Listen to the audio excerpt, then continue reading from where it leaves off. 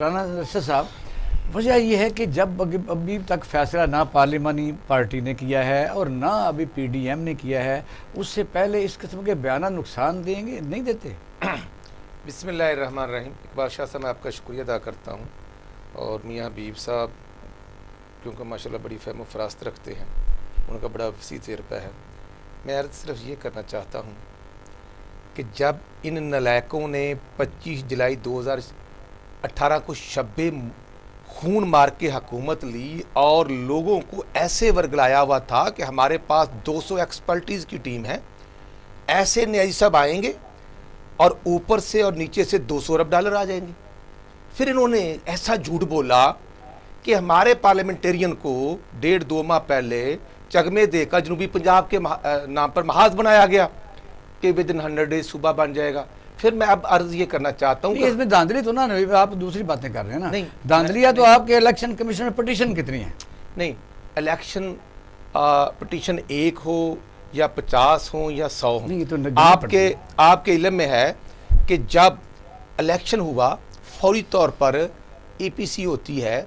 फजल रहमान साहब का point of view था कि असम्बलियों में ओथ ना लिया जाए, लेकिन मुस्लिम लीग नून और पीओ पार्टी ने कहा कि हम असम्बली में बैठेंगे और प्रोसीजर को अडॉप्ट करेंगे, वहां बैठकर बात करेंगे। मान लेना हुकूमत नहीं, हुकूमत नहीं मानी।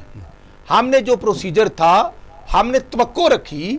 बिलावल ने तकरीर की थी कि आप मेरे वजीर नहीं, सीधा कहें उस वक्त तक आशीर्वाद नहीं थी किसी की, और आशीर्वाद ना थी ना है ना जरूरत है। अगर आशीर्वाद ही हो तो एक अनपढ़ आदमी को समझ में आ जाएगा कि 1.5 साल से हमजा शबाशी साहब जेल में हैं और मियां शबाशी साहब जो 2019 के बजट के बाद इनको कह रहे हैं कि मसाके मशीयत कर लें, तो उनको ताने दिए गए कि ये NRO मांग रहे हैं।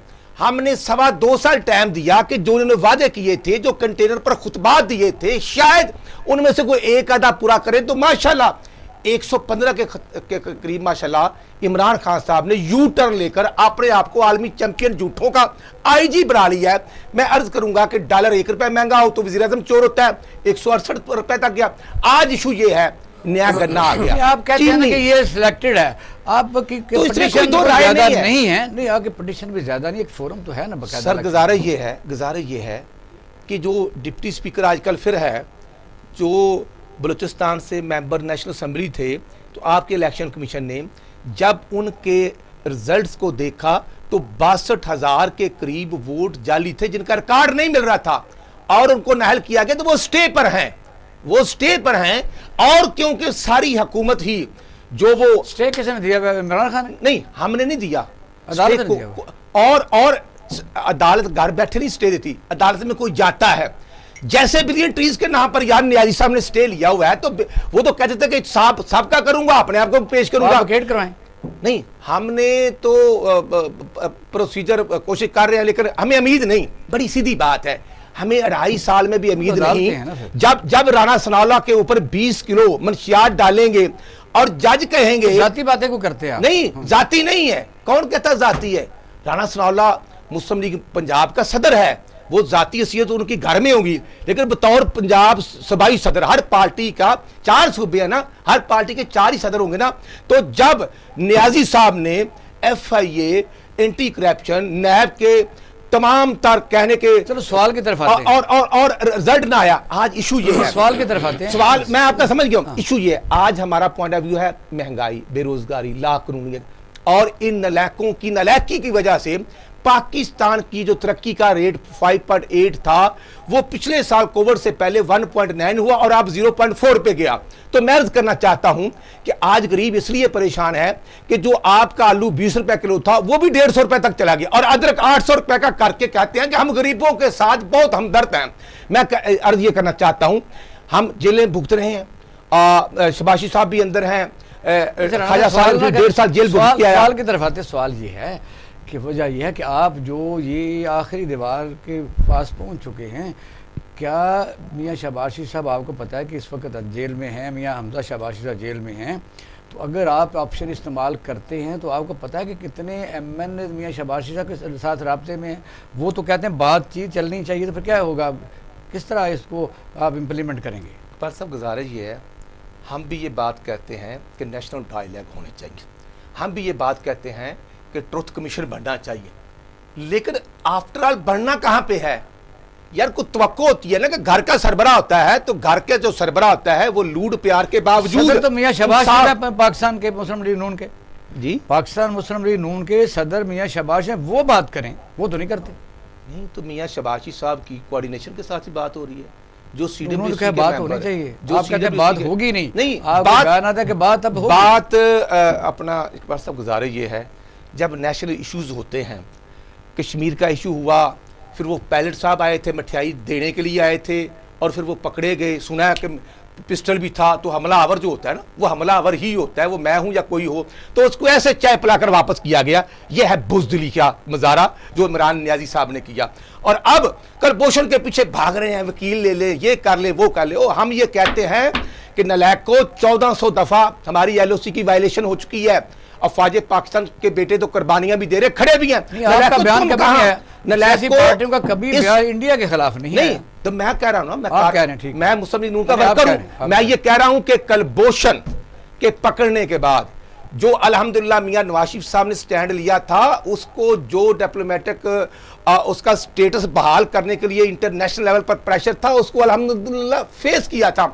लेकिन न्यायी साहब कहते थे कि मोदी इलेक्शन जीतेगा तो कश्मीर का मसला हल होगा। अब खान साहब खुद कौमी असम्बली में कहते हैं कि मोदी मेरा फोन कॉल नहीं सुनता, और फिर ट्रंप को मान लिया। कल क्या करेंगे आप, जिस वक्त आप बैठेंगे PDM की मीटिंग में, आप वो आपसे पूछेंगे, आपने अनाउंस ही कर दिया, तो हमें क्या नहीं, पूछेंगे? PDM का इजलास आज भी था, आपकी खिदमत में अर्ज करना चाहता हूं। PDM पंजाब का कल सरबराह इजलास, जी मैं अर्ज करना चाहता हूं, 7 दिसंबर को मुस्लिम लीग नून के दफ्तर 180 माल्टाउन में इजलास हुआ था, जिसमें मरकजी और सूबाई ऑफिस होल्डर थे। आज प्योर पार्टी के ऑफिस में फैसल टाउन में इजलास था, जिसमें उनके सूबाई सदर कायरा साहब और हमारे सूबाई सदर राना सनाउल्लाह खान साहब, अय्याज सादिक साहब और हम सब लोग थे। वहां बैठकर तमाम पार्टीज ने अपना अपने जो पॉइंट ऑफ व्यू था वो दिया, और जो पंडाल कमेटी थी, उसके बाद रोज़ा को शामिल करने वाले को सुन रहे कमेटियों, और हमने वहां पर जो कुछ जो पॉइंट्स हैं हमारे मुश्तरका हैं, मुतफक्का हैं, और PDM ही अनाउंसमेंट करेगी कि नेक्स्ट स्टेप क्या लेना है। ये बात है ना, हाँ, अभी और कंसेंसस तो नहीं हुआ। हम PDM मियां नवाज शरीफ साहब ने जो कहा है कि जब PDM चाहेगी, मुस्लिम लीग नून से जो डिमांड या जो कहा जाएगा हम अमल करेंगे, वो इस्तीफे हो या एनी हो, वो कोई और पॉइंट्स हो। राव साहब सुन रहे हैं आप? जी मैं ऑनलाइन हूँ जी। राव साहब, इस वक्त जिस वक्त लाहौर में आपने देखा पाकिस्तान मुस्लिम लीग नून का गढ़ भी है, और यहाँ यानी क़यादत भी यहीं मौजूद है, और कार्नर मीटिंग हो रही हैं, छोटे मोटे वो मार्च भी, यानी आप कह सकते हैं कि लाहौर में आज काफ़ी उन्होंने दफ्तरों का दौरा किया बीबी मरियम नवाज शरीफ साहबा ने। सही है जी। तो वो जब वो कहती हैं कि हम जाहिर है कि आर या पार हो जाएगा तो इस्तीफ़े हम देंगे, और जो इस्तीफ़े दबाव के तहत नहीं देगा हम अवाम उसका घेराव करेंगे। तो अभी तो PDM का इजलास नहीं हुआ, अभी 13 तारीख नहीं आई, उससे पहले सोलो फ्लाइट है, इसके असरात क्या दूसरी पार्टियों पर हो सकते हैं? कल क्या होने जा रहा है? बहुत शुक्रिया जी। मैं तवज्जो से मोहतरम राना अरशद साहब की बात सुन रहा था, और मियां हबीब साहब की दानिशमंदी से फैज़ पा रहा था। मुझे कुछ बातें समझ नहीं आती कि आपका सवाल कोई डिफरेंट है और हमारे दोस्त जो हैं वो कोई और फरमा रहे हैं जवाब उसका। They have the right, they have the right, लेकिन ये राइट जो है सर स्टीफन सॉकर के सामने तो नहीं दिया जा गया ना सर। वहाँ BBC के सामने तो ये राइट नहीं था सर। वहाँ तो सर पसीने छूट गए थे। हाँ। वहाँ तो जब इंटरव्यू के बाद मैं आपको खबर दे देता हूँ कि साहबदार साहब ने उस बंदे के साथ बदतमीजी की है जिसने इन्हें BBC पे लेके गया था। छोड़े इन बातों को। सबसे पहले मुझे ये बताएं कि मैं एक डेमोक्रेटिक वैल्यू सिस्टम रखने वाला तालिब इल्म हूँ। क्या कोई ऐसी गवर्नमेंट जिसमें PMLN नवाज शरीफ और ये आले शरीफ जो है ये हुकूमत में ना हो तो वो हुकूमत गैर जमहूरी है? ये क्या सवाल है और ये क्या ओपिनियन है? ये लोग ना जुडिशरी को मानते हैं, ना इस्टेब्लिशमेंट को मानते हैं, ना गवर्नमेंट को मानते हैं, बल्कि इनकी स्टेटेड पॉइंट ऑफ व्यू है कि हम खुद फैसले करेंगे। ना अदालतों को भी नहीं मानते ये लोग। तो मेरी गुजारिश सादा सी ये है कि पर्सनल वेंडेटा में ये लोग, मैं सबकी बात नहीं कर रहा क्योंकि इसमें बड़े बड़े मुदब्बिर संजीदा लोग भी PMLN में, पीपल्स पार्टी में और दूसरी पार्टियों में हैं। जी ऐसा ही। मैं सिर्फ एक सेगमेंट की बात कर रहा हूं जो कि सबसे ज्यादा जिसको फायदा हुआ है, माली फायदा, वो पर्सनल एंगर के अंदर किसी भी हद तक जाने के लिए तैयार हैं।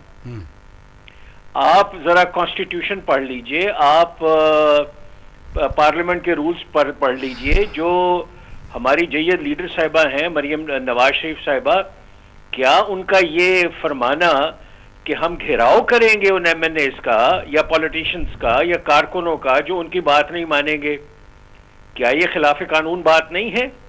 आप नहीं, वो लीगल एक तरीका है कि पॉलिटिकल पार्टीज एक्ट के तहत जाहिर है वो उनको सर आप हर चीज पे अलाउंस तो मत देना जी। जी ऐसा ही। हम कोई बादशाहत में तो नहीं रह रहे ना, और हम किसी को बादशाह बनने भी नहीं देंगे।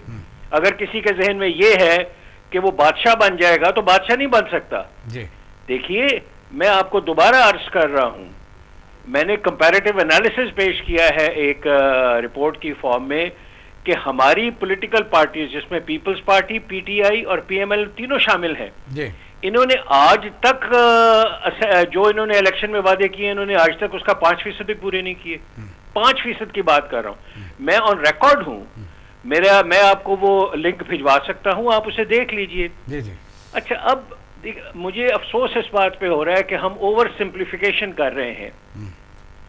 इंटरनेशनल सिनेरियो खतरनाक हद तक पाकिस्तान के खिलाफ हो गया। अब वो मैंने आज आपका वो कॉलम मैंने पढ़ा है, वो वाकई उस पर फिर किसी मुफस्सल प्रोग्राम भी करेंगे। हाँ जी।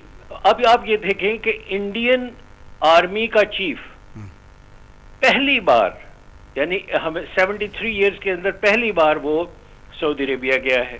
UAE भी गया कल। UAE उसने बाद में जाना है।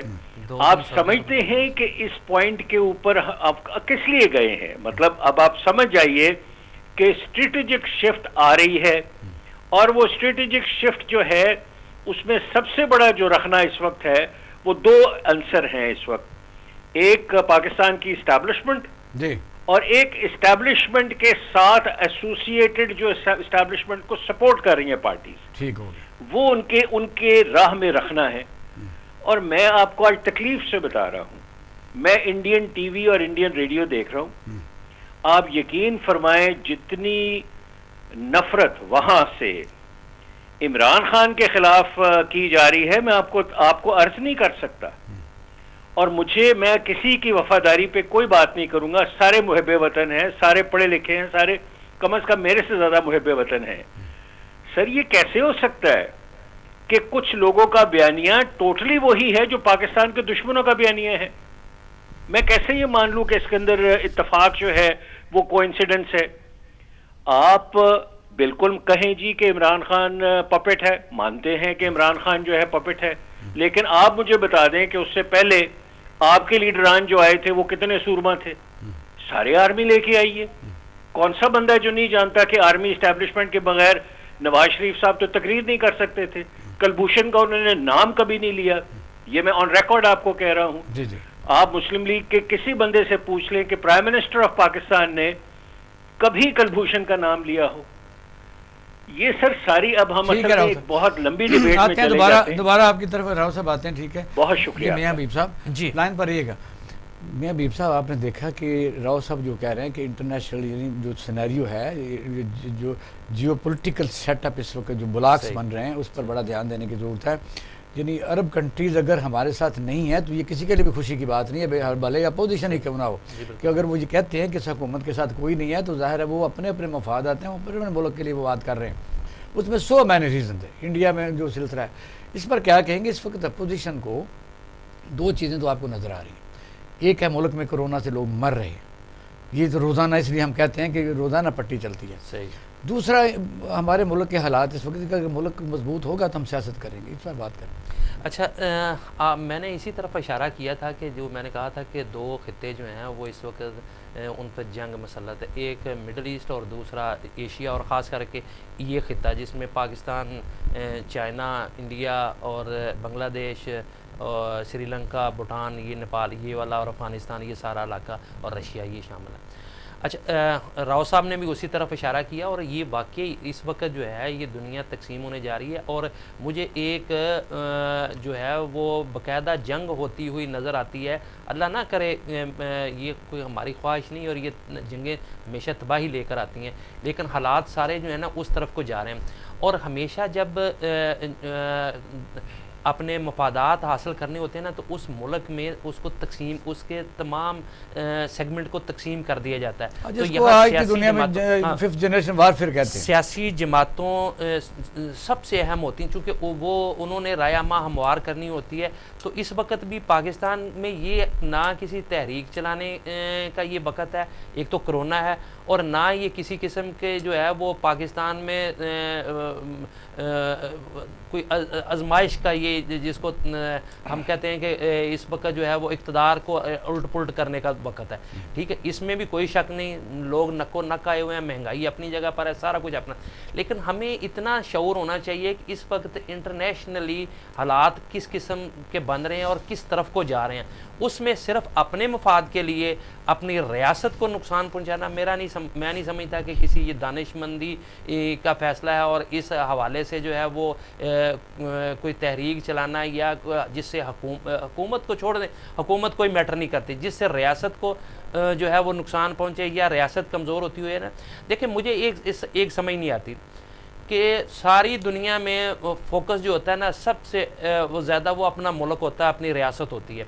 तो पाकिस्तान एक वाहिद मुल्क है जहाँ अपनी शख्सियत जो है वो सबसे अहम होती है। मैं किसी एक लीडर का नाम नहीं लेता, तमाम लीडरशिप जो है वो इसी खाते में मैं समझता हूँ और सब ने इस किस्म का सबूत दिया। अब कहीं अल्लाह करता कभी माजी में ऐसा हो चुका होता है या हमें इस वक्त या मुस्तकबिल में ऐसा होता हुआ नजर आता, किसी एक इशू पर हम इकट्ठे हो जाते कि अच्छा यार इस वक्त जो है हालात इस किस्म के हैं कि हमें नेशनल इत्तफाक राय, कौमी इत्तफाक राय की ज़रूरत है।